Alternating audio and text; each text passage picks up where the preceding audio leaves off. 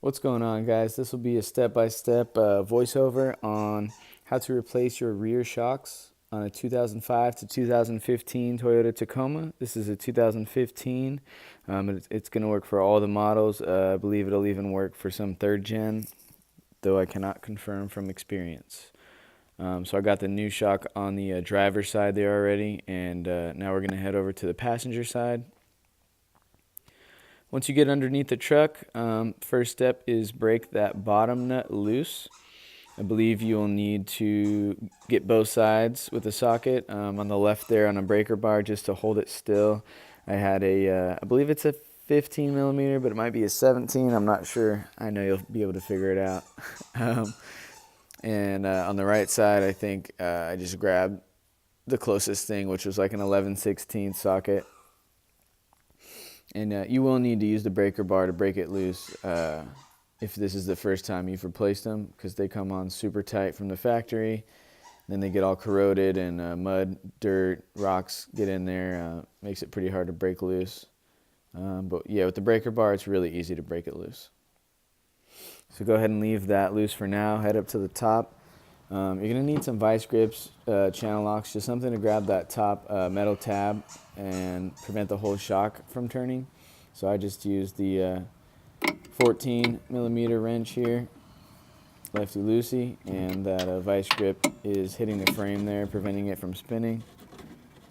Once you loosen it up, go ahead and remove the nut and remove the metal cap as well that's underneath it, as well as the rubber bushing.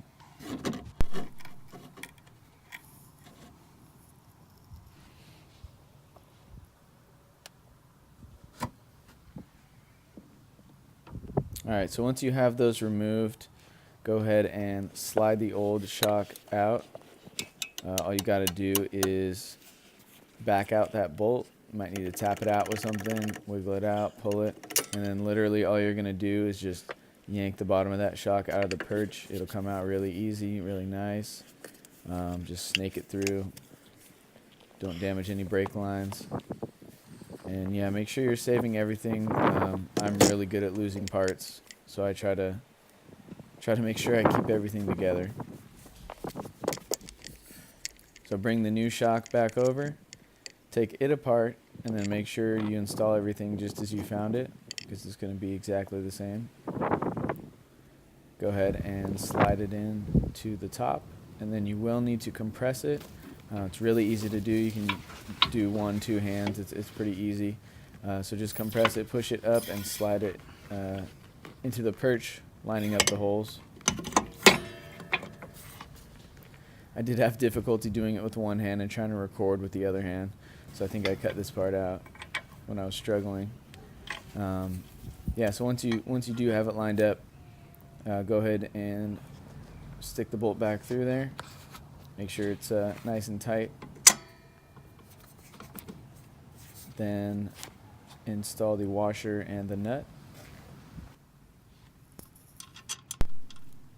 And when you are tightening these back up, just keep in mind that the lower nut should be tightened to 74 foot-pounds.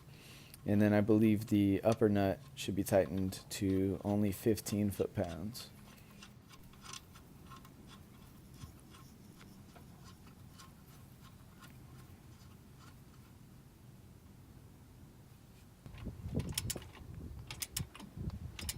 So after you've tightened the bottom, go ahead and head back up to the top of the shock. Reinstall all the parts exactly as you removed them. And then go ahead and tighten down that top nut to 15 foot-pounds.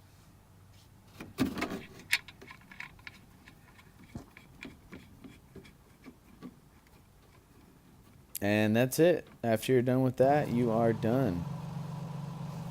I want to say thank you guys for checking out my video. If you guys have any suggestions or you want to see a certain how-to, please leave a comment below.